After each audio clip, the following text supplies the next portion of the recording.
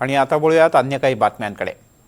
माजी खासदार नवनीत राणा यांनी उद्धव ठाकरे यांच्यावर जोरदार टीका केली आहे। मुख्यमंत्री असताना उद्धव ठाकरे यांना हनुमान चालीसा नको होती, मात्र पद गेल्यानंतरच त्यांना हनुमान आणि राम यांची आठवण झाली असा टोला त्यांनी लगावला।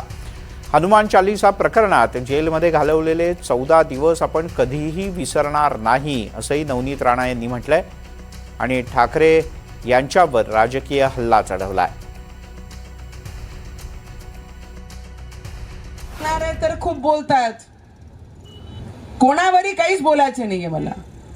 आदरणीय उद्धव ठाकरेजींनी त्या दिवशी मला 14 दिवस मी माझ्या आयुष्यात कधीच विसरणार नाही। त्या जेलामध्ये जेव्हा मी 40 पैकी जास्त डिग्रीमध्ये त्या जेलामध्ये राहिली, मी कधीच नाही विसरू शकत। आमची लढाई होती, आम्ही लढलो। तेव्हा जेव्हा ते मुख्यमंत्री होते तेव्हा हनुमान चालीसा नको होता त्यांना, तेव्हा त्यांना हनुमान चालीसा चालत नव्हता। जसा पदावरनं खाली उतरल्या पूर्णच्या पूर्ण पक्ष बरबाद करून टाकला उद्धव ठाकरेजींनी, तेव्हा जाऊन रामाचं नाव आणि हनुमान चालीसाचं वाचन त्यांनी तिथे केलं। तर त्यांनाही माझा प्रश्न आहे,